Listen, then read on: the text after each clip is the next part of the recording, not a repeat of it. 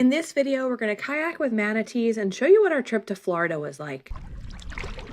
So it's spring break for my daughter and we're in Florida for about 4 days. It is so warm and beautiful.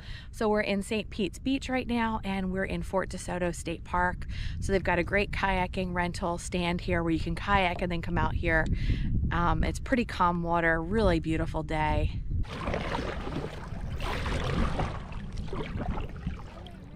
So a few things you should know about Fort Desoto State Park. It's $6 admission, which I think is very reasonable. You do need to pay admission even if you're just kayaking, but that is your price for the whole day. The park's open till 8 p.m.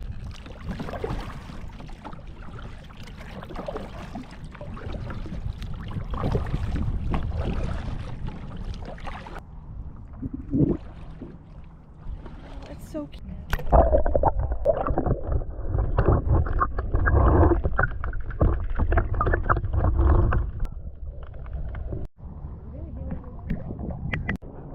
All right, so this is really neat. So as we're kayaking, there's manatees swimming all around.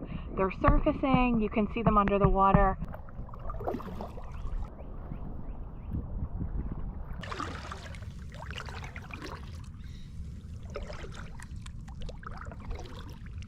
So this is basically like a lagoon type thing. You paddle down to the one side and then it's a dead end and you paddle back. But we're actually gonna go up closer to where we started because that was a little bit deeper and there were more manatees.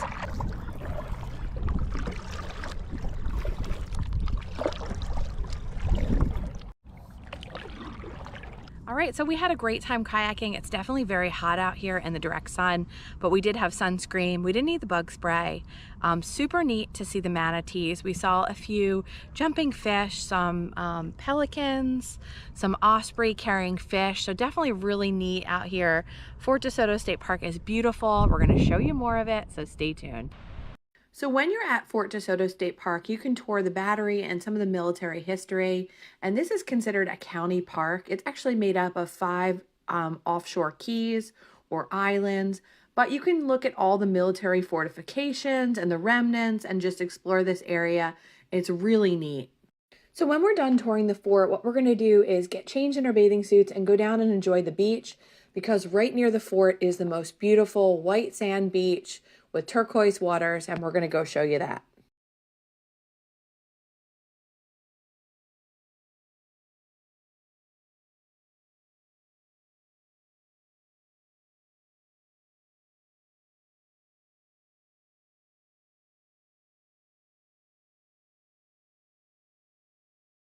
So now I want to show you where we stayed. We stayed in Pass A Grille, and this is a southern tip of St. Pete Beach. And we really liked it here because there were beautiful beaches, and we rented just a 1-bedroom studio from Verbo, and we were right across from the beach. So what's really nice here is just all the water access. You can walk around the area and you have water on so many sides because this is a barrier island. It looked really great for fishing. It was also amazing for finding shells. Down at the end of the barrier island, it's like, I guess, more gentle and all these shells pile up.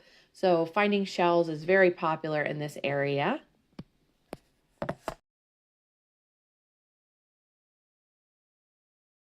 So these clips show you what Pass A Grille Beach was like. It was beautiful. It was excellent for finding shells and just such a pretty area to stay in Florida. So today we're at Boyd Hill Nature Preserve in St. Petersburg. So there's an aviary for birds that have been injured and can't be released in the wild. There's 8 miles of trails here. It's $3 admission for adult to get in, and kids are $1.50. It's a really cool place, so stay tuned. So here at the Nature Preserve, they have an aviary, and what's really neat is that these are birds that were injured and can no longer live in the wild. There's little stories about the birds. A lot of them are really sad stories about being hit by a car or having deformed wings and things like that. So this is giving them a place to live. And it's really great for people like me to go and learn about the wildlife and see them up close. Kids really were enjoying this area.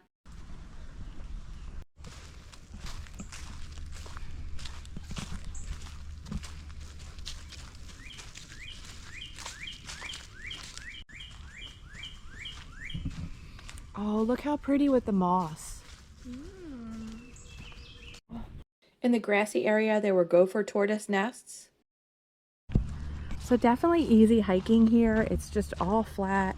No elevation change or anything like that. Almost like a paved path.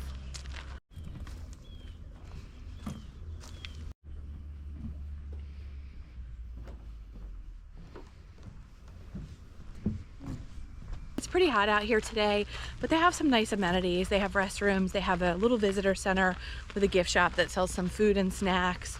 They have water stations, and there is some shade.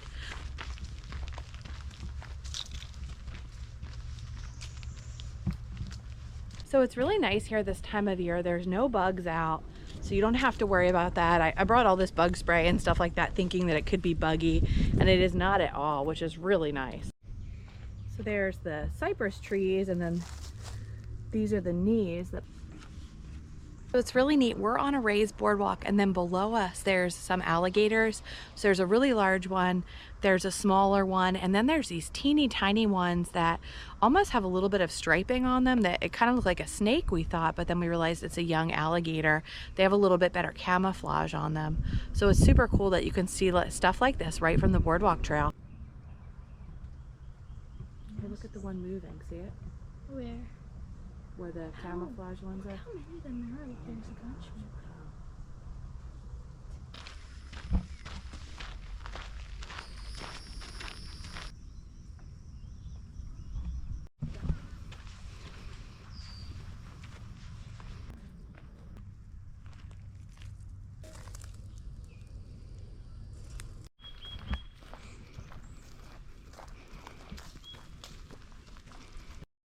So it's always neat to just be in a different state and see lizards and alligators and things that we just don't have in Pennsylvania. The other neat thing about this preserve is they have some large art installations. So if you find yourself in the St. Petersburg, Florida area, definitely check out Boyd Hill Nature Preserve. Definitely worth a spot, even if you don't have a lot of time to hike. I would encourage you to do the main loop and then do some of the offshoots from it, like the boardwalk trail, and we did one to a pond. Really cool. We saw a bunch of alligators, we saw gopher tortoises, all kinds of birds, osprey, different herons and things like that. I didn't bring my real camera with me on this trip, but I kind of wish I did now because we saw so many unique birds and stuff. But with the selfie stick of the GoPro, I was able to get some good shots of the alligators and things like that. I think this is a place little kids would also love because the aviary, you can see a lot of the injured birds up close and read their stories. So a really cool place, a lot of thoughtful details with the water stations and things along the way to keep you hydrated. So check this one out. So I want to show you one more quick stop. My daughter and I went to the Seabird Sanctuary. So they rehabilitate injured birds to return to the wild, and then they also rescue birds who are too injured to be returned to the wild, and they offer them a sanctuary. So a lot of the animals on display are the ones that will never be able to be released due to their injuries, but it's very neat to observe them up close. You can read their stories and learn about what happened to them. We were surprised to see so many injured pelicans that have been rescued. The other interesting thing about this place is as you walk around, a lot of wild birds congregate in this area. We saw a black-crowned night heron. There are birds roosting in the trees. And a volunteer pointed out that behind one of the cages, a vulture has set their little chick, and they thought that was a safe spot to raise it. So if you find yourself in this part of Florida, we would definitely recommend coming here. Kids would really enjoy it. Expect to spend about a half an hour. It's free, and they accept donations. Thanks so much for following along on my daughter and I's trip to Florida. We'll be back to the regular programming of the Pennsylvania, Delaware area, and I also have a national park visit coming up, so be sure to subscribe and stick around.